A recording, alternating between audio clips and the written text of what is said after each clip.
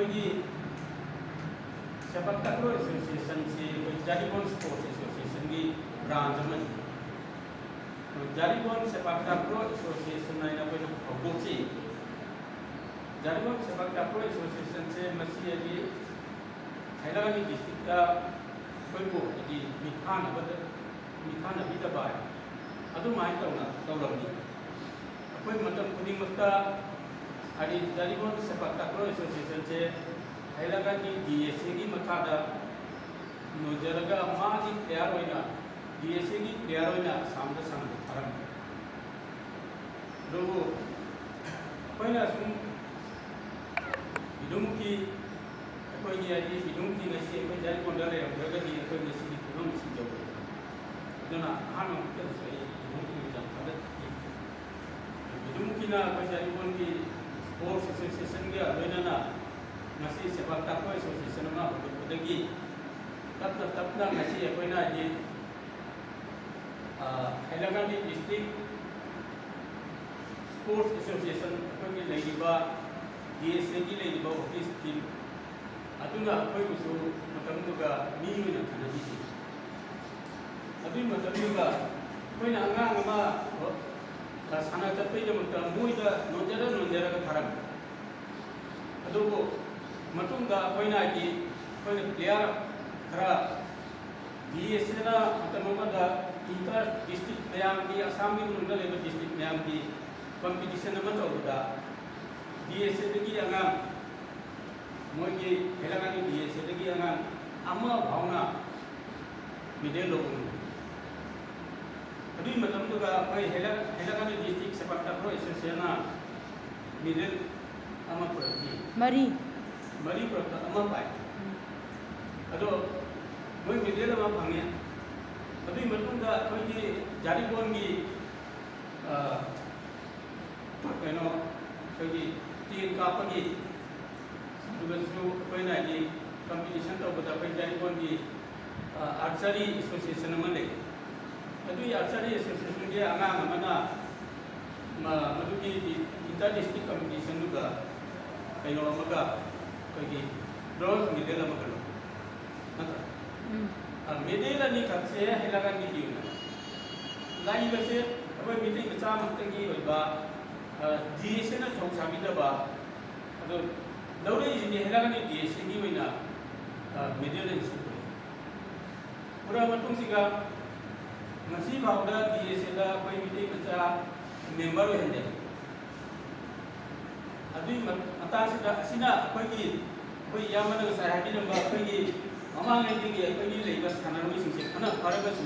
matha ka ba madugi chance ko adugi matungda koina Assam sepak takraw association ga koi kusam na ba ho kusam naraga Assam sepak takraw association na akoi Hailakandi district sepak takraw association na amaka linkhan laga madugi Assam sepak takraw association gi makha ramoi affiliation piraga akoi se district body oina chakana sen Jaribon sepak takraw association gi Jaribon gi hairaga mukhangi aduna Hailakandi district sepak takraw association ama nikharbu aina nikalaga Hailakandi district sepak takraw association che Assam state na koi affiliation pi aduna akoi gi Hailakandi district sepak takraw association che DSA Hailakandi dagi karigumma ma chang ta balai chap manama le de te sepak takraw gi damakta moi player le jawa akoi player gi direct koi na si China ko phang adugi koi na di inoma ajaba ma Assam state gi lawrak ki basi dagi koi gi adi laibak thabai ma lakhi aduna mathang oina akoi Hailakandi district gi sigumba player apha bachatna koi gi Hailakandi district sepak takraw association gi ngasi mayam umpi bakra sujaru ni kami da sujaru ni akoi Hailakandi district sepak takraw association gi angang mayam ama national level da state level de helme national level da hanna gold medal silver medal bronze medal purakra ado medal mayam se ahamdadi akoi se akoi gi All India Olympic Association da ꯑꯩꯈꯣꯏ ꯁꯦꯄꯥꯛ ꯇꯥꯀ꯭ꯔꯣꯁꯦ ꯂꯧꯕꯤꯔꯝꯃꯤ ꯑꯁꯤꯅ ꯃꯔꯝ ꯑꯣꯏꯔꯒ ꯑꯩꯈꯣꯏꯒꯤ ꯁꯦꯄꯥꯛ ꯇꯥꯀ꯭ꯔꯣꯁꯤ ꯀꯩꯅꯣ medal ꯐꯪꯂꯒꯁꯨ ꯃꯣꯏꯅ honour ꯑꯣꯏꯅ ꯈꯔ ꯂꯨꯄꯥ 15,000 ꯀꯨꯟ ꯄꯤꯕ ꯌꯥꯎꯔꯝꯃꯤ ꯑꯗꯨꯒꯤ ꯃꯇꯨꯡꯗ ꯍꯧꯖꯤꯛꯇꯤ ꯑꯗꯨꯇ ꯅꯠꯇꯅ ꯑꯩꯈꯣꯏꯒꯤ ꯑꯁꯥꯝ ꯒꯣꯔꯃꯦꯟꯅ ꯂꯥꯎꯊꯣꯛꯈ꯭ꯔꯦ ꯍꯥꯏꯗꯤ ꯁꯦꯄꯥꯛ ꯇꯥꯀ꯭ꯔꯣꯗ ꯅꯦꯁꯅꯦꯜ ꯂꯦꯚꯦꯜꯗ ꯀꯅꯥꯒꯨꯝꯕ ꯑꯃꯅ ꯃꯦꯗꯜ ꯄꯨꯔꯛꯑꯒꯗꯤ ꯆꯥꯀ꯭ꯔꯤ ꯑꯣꯏꯅ ꯄꯤꯅꯦ मागी करीगुंबा अप्लाई तब मथौ तादे चाकरी दुकी मागी आदि इंटरव्यू था मथौ तादे मिडिल पुरादी कवरग चाकरी अदुना अंदा कोई हेलागनी डिस्ट्रिक्ट सेपक ताको एसोसिएशन की अंगांग नि खत अदु माइना चाकरी खांगी कोई सुरांगुंगी देविता सुम कोई प्रेमिता समुनमी पानवा प्रेमिता मोय नि से पीडब्ल्यूडी ऑफिसर अदो कोइदा अपॉइंटमेंट पीरगा जॉइन तौ अदुना ngasi ai sanaba haibase district level da sanaba man adu district level da sanaba matu da ma state ki sanaba mujau ni district ta ngam kangu state ki level da gi amka national level india ge oina sanaba mata adu akoi se national level da hanjana hanjana gold ma ka chige gi akoi ge angam se india gi kamu ni khungi india city India dan ini association high ni, mungkin federation high. All India sepak takraw federation high. Kalau federation na mungkin apa kami ni, apa hilangan di district tu federation na kamba,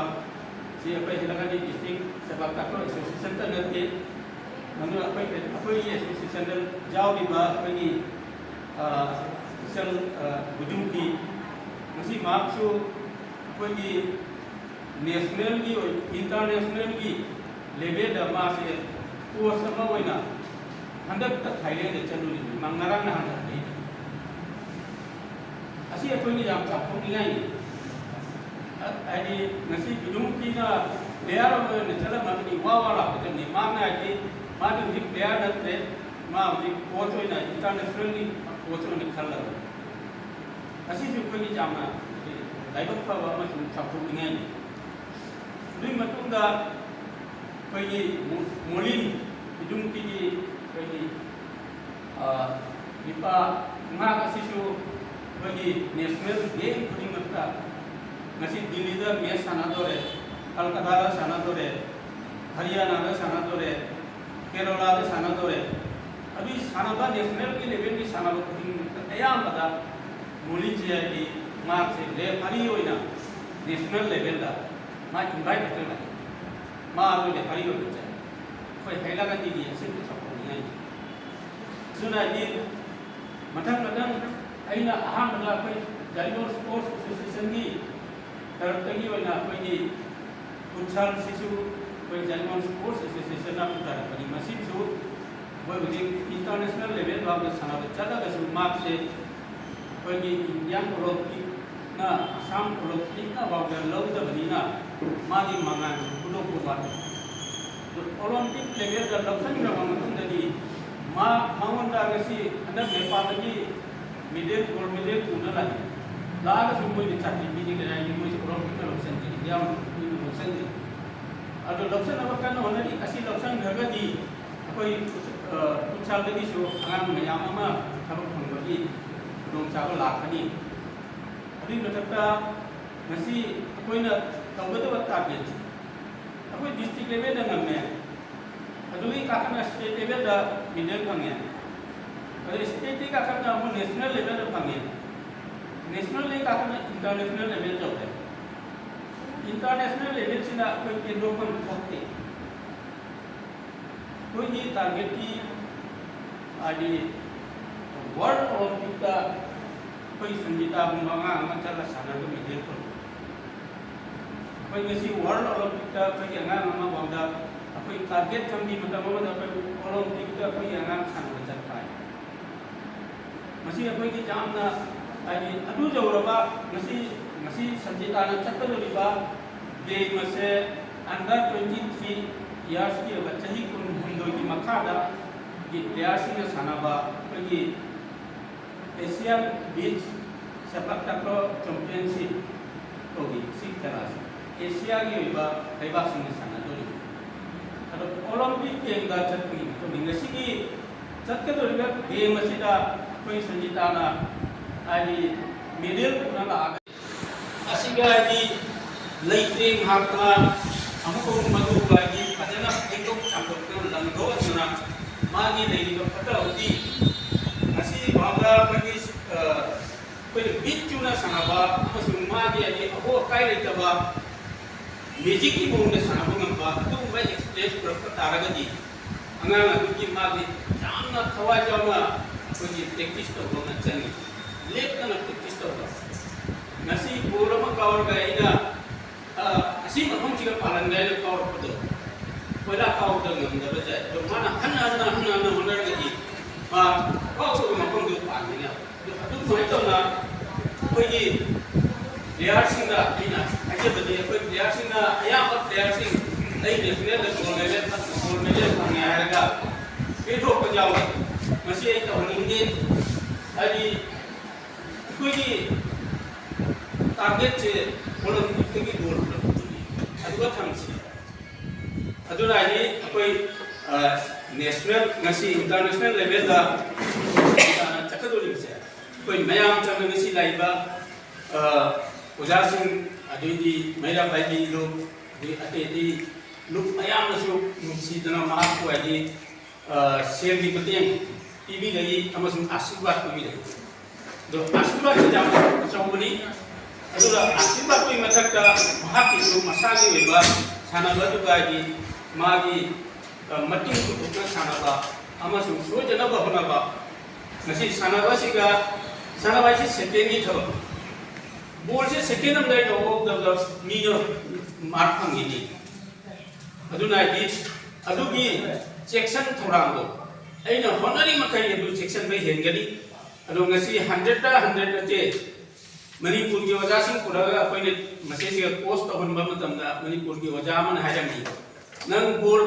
बोल Chama नवन P में चामा मन नमगदी अदु नंग ngame 100% ngame न loan मरम दिनी में आप निला लाउसल को नंग याम पंधर रखिनी अदुना आदि बोल चाम नवन पी रप मतम नंग बोल चाम नंगी हम द बोल चनी ngam बाव चलु अदु इनी मीना लाउसल नंग चाम तो बितने अदुना आइए संजीता का फिर नदी आइए जामना दी आई हेदे है बस सुपन खान के लो आई वादी आई समुद्र पे जाते हैं सोल पे जाते हैं बस ऐसी की वक्लों से थमगा सानाओ तो आई बोला मत कब कहीं ना मांग किंदा आई टीम दो मार्क अम्मा मीने हैं क्या पॉइंट अम्मा मीने हैं क्या अदुना आई की तरफ देखी पॉइंट अम्मा बाउका आई मियों ने लोड करना था मियों ने पिछोड़ जाए तो वक्लों इबे जाते ना है कि अदुगी वक्लों ने पूरा सानाराबो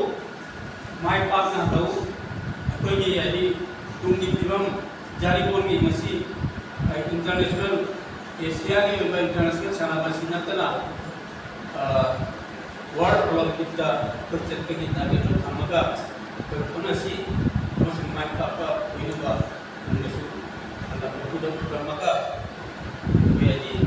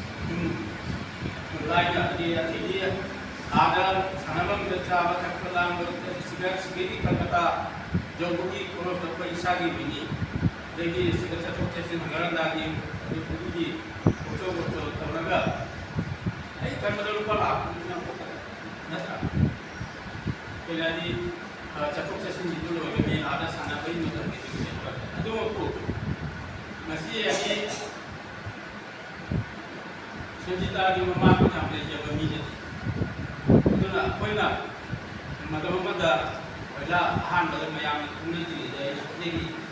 lagi anggang sa puta silu namdamda ko ito mayang tingnan niya. Yung si mayang product ko sa kalat ang namdi. Sige lingin sa na mana ko ya dia. Oh ito yung tulus para na kali. Ado ay si ay di lakno makani karam ado suroro ay bago dia kan. Ado si lakno ko minya mayang punya ko sila dum ko gina lagi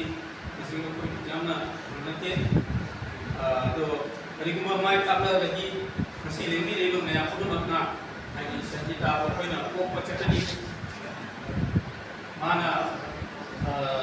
bahwa ini semua ko kani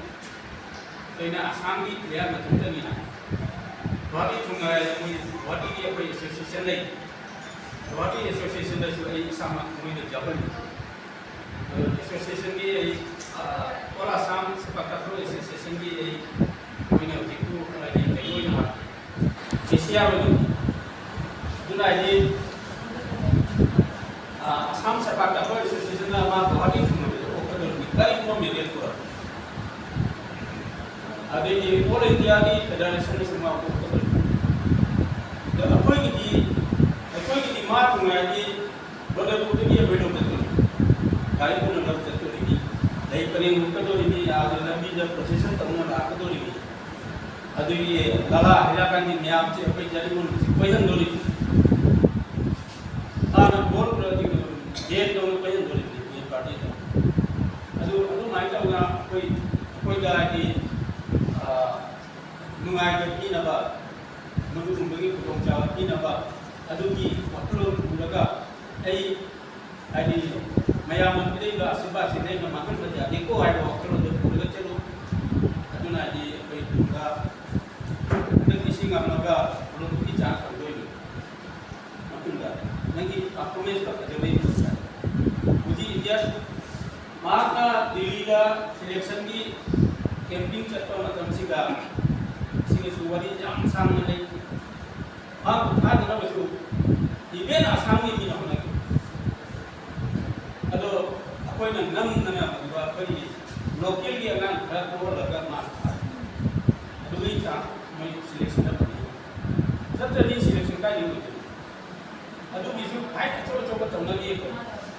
Association level dah. Ado dah lalu su masih apa ni ning ado di transfer level dia udah di Olympic itu diwaris. Olympic sana bagi waktu dua kamu bagi jadi muda mati siapa yang lagi. Jadi si harga jadi mayang beri kami cerita di waktu itu langsung.